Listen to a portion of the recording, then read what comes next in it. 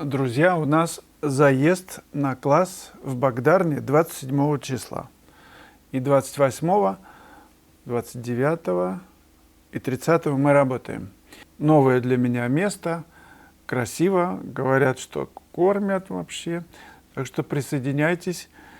Многие из вас хотели класс в Москве, так это 100 километров от Москвы, и спрашивали, чего это все в Швейцарии или в Италии, а чего ж не в России, не в Москве. Так вот, пожалуйста, я еду туда, где меня ждут, и здесь ждет всего 5 человек записалось.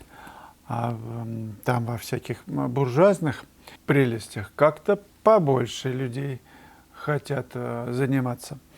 Вот и ответ почему. Кстати, еще будет класс в Армении в октябре. Ну, еще есть у меня идея провести в начале августа или в середине в Гурзуфе, если все сложится. Аморалкин сравнил то, что делают современные импрессионисты, с тем, что писали в XIX веке. И мне кажется, что современные работы круче, свежее, чище, как-то радостнее. Вам не кажется, что классикам пора подвинуться в музеях? Не кажется. Каждому времени свой импрессионизм. Зачем кому-то подвигаться? Просто нужно строить новые музеи. Те нужно расширять и новые строить. Новое время, новые люди, новое видение, новые музеи. Все очень просто, мне кажется. Круче, не круче, это не так важно, Аморалкин. Просто работы другие. И я рад, что вы так видите. Другие работы. Другое время, другое видение цвета, другие эксперименты, другие впечатления, ощущения. Но все же развивается. Я тоже так, как вы, считаю, что импрессионизм в развитии, и работы современных импрессионистов мне ближе, безусловно. Александр Липовский.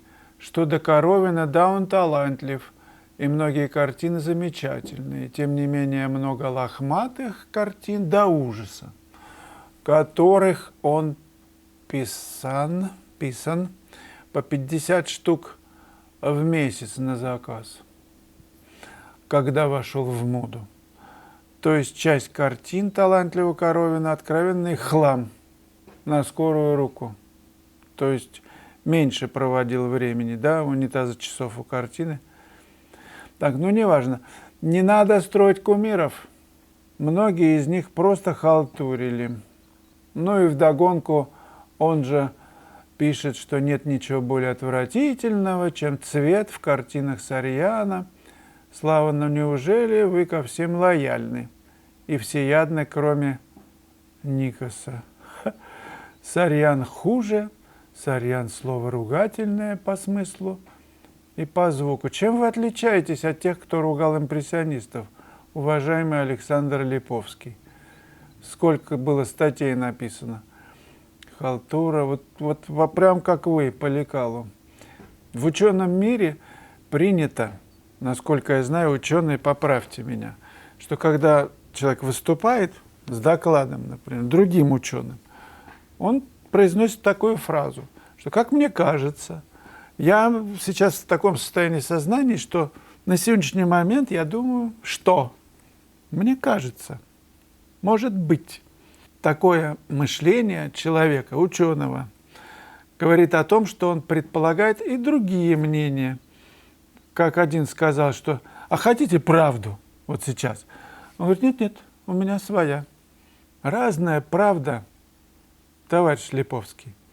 И для кого-то Сарьян круче, чем Никос.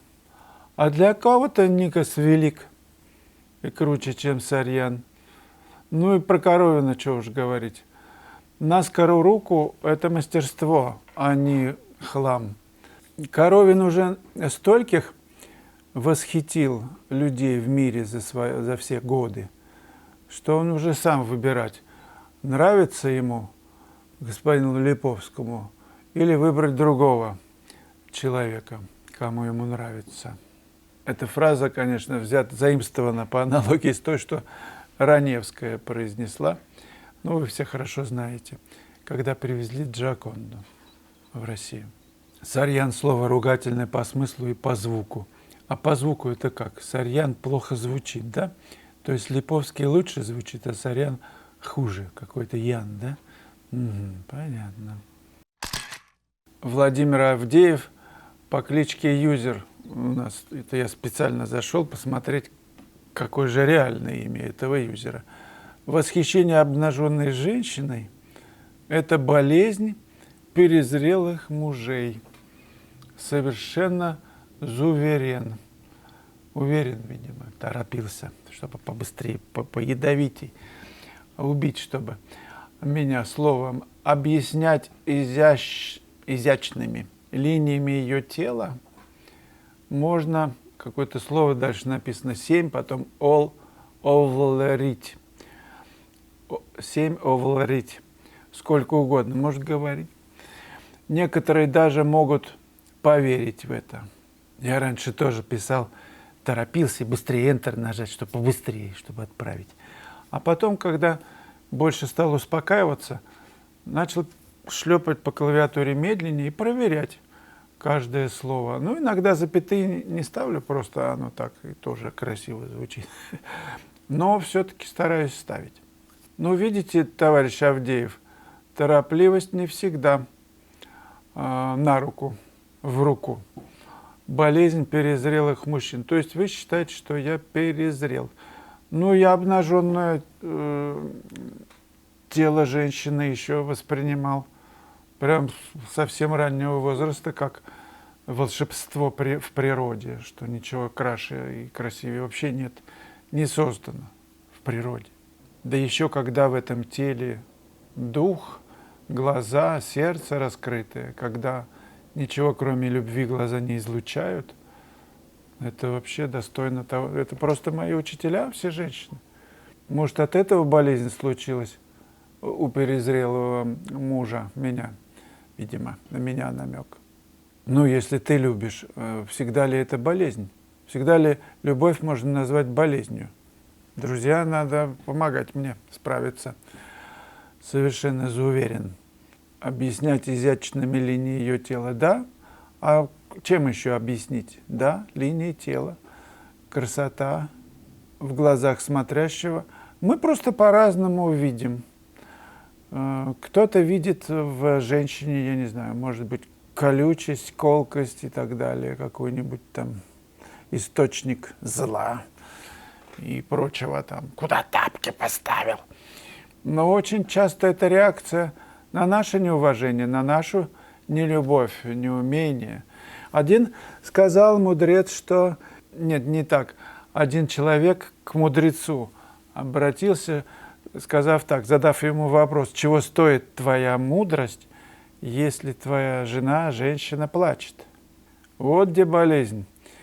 Если бы мы умели любить, а об этом я пишу картины, это единственная задача. Показать, что человек – это любовь. Ну, как вот такое движение мудрости в сторону любого, кто к тебе подходит. Ну, так и чего тут? Перезрелый мужчина, да, если он восхищается обнаженной женщиной. Ну, может быть. Теперь каждый говорит о себе, и значит, вы в этом поднаторели, Владимир.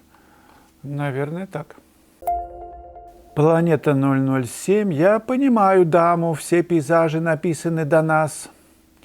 Тоже не очень их принимаю для себя. Так и все фильмы, уже все сюжеты в фильмах, которые мы смотрим про любовь, вообще все возможные, они сделаны.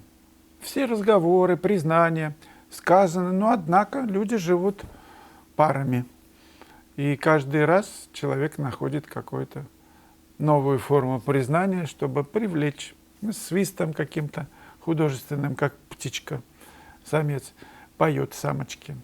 Перья раскрашивает там сзади себя, ну, в общем, прихорашивается, чтобы его заметили.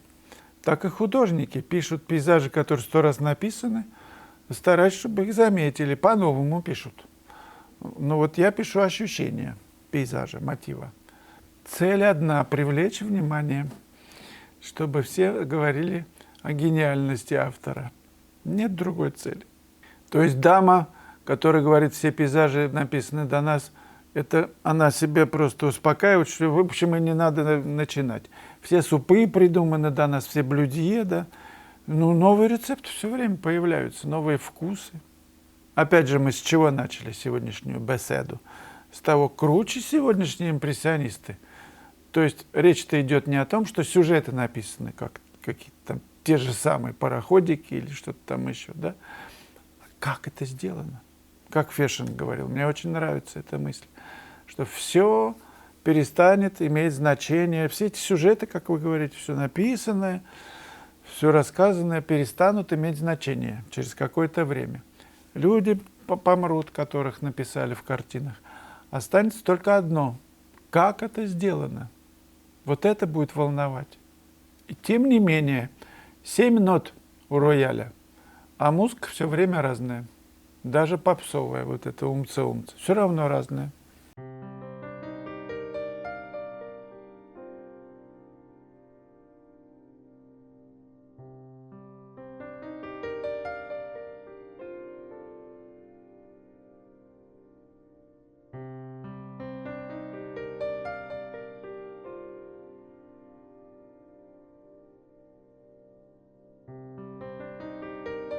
Друзья, не забывайте делать свою работу.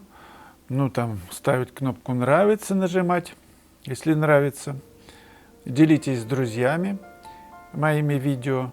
И предлагаю еще одно кино посмотреть после этого. Там тоже сделайте эту работу очень тяжелую. Ну, «Тональные отношения» называется. Ну, пока.